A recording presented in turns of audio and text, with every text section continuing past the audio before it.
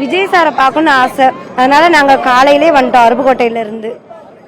ஆமாம், என் பாப்பா விஜய் சாரோட ரொம்ப ஃபேனு. விஜய் சாரை பார்க்கறதுக்காக அவளும் வந்திருக்கா. ஸ்கூலுக்கே போகலை, நான் சாரை பார்ப்பேன்னு வந்திருக்கா. பார்த்துட்டோம் சார், ரொம்ப சந்தோஷம்.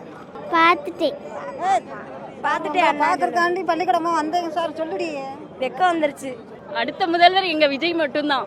அவர் மிஞ்ச யாருமே வரமாட்டாங்க, அது கன்ஃபார்ம். யாருமே கள்ள ஓட்டு போட விடாதீங்க, விஜய் ஜெயிக்க வைக்கிறீங்க. எப்படியாவது தளபதி தான் ஜெயிக்கணும். நாங்கள் மதுரை தான்.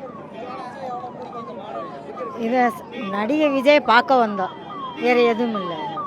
வேற எதுவும் இல்லை, பார்த்துட்டோம். தளபதி விஜய் எப்பயுமே விஜய் தான் வருவார். இது போன்று பிரம்மாண்டமான மாநாடு இதுவரை நாங்கள் பார்த்ததில்லை. 2026 கண்டிப்பாக தளபதி அவர்கள் முதல்வர் ஆகிறாரு.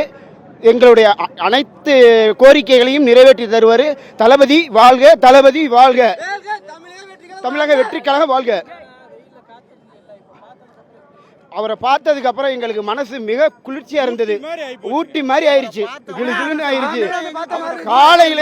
காலையிலேருந்து அவரை பார்க்கறதுக்காக அதிகாலையிலேருந்து 6 மணிலேருந்து உட்கார்ந்து இருக்கிறோம்.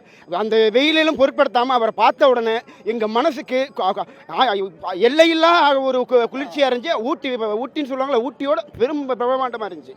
நான் கோவை தெற்கு மாவட்டத்திலிருந்து வந்திருக்கிறேன்.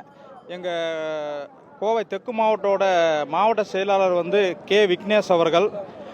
நாங்கள் கிட்டத்தட்ட ஒரு 1500 பேர் இந்த மாநாட்டுக்கு வந்திருக்கிறோம். இந்த 1500 பேருமே சிரமம் மிக்க வரவில்லை. எல்லாருமே சிறப்போடு வந்திருக்கிறோம். இந்த சிறப்போடு இந்த 1500 பேர் இந்த மாநாடை கண்டு கழித்து எங்கள் தலைவர் என்ன சொல்கிறாரோ அந்த வழியில் 2026 உண்டானதை நாங்கள் நடத்துவோம். விஜய் அண்ணனை பார்த்தால ரொம்ப சந்தோஷம். அவரை பார்த்ததே எங்களுக்கு சொல்ல முடியாத ஒரு அது ஆச்சரியம், அதிசயம் தான் நாங்கள் சொல்லுவோம். ஆனால் 2026 அண்ணன் தான். தளபதியை தவிர வேறு யாராலும் வரவே முடியாது, வரவும் மாட்டாங்க.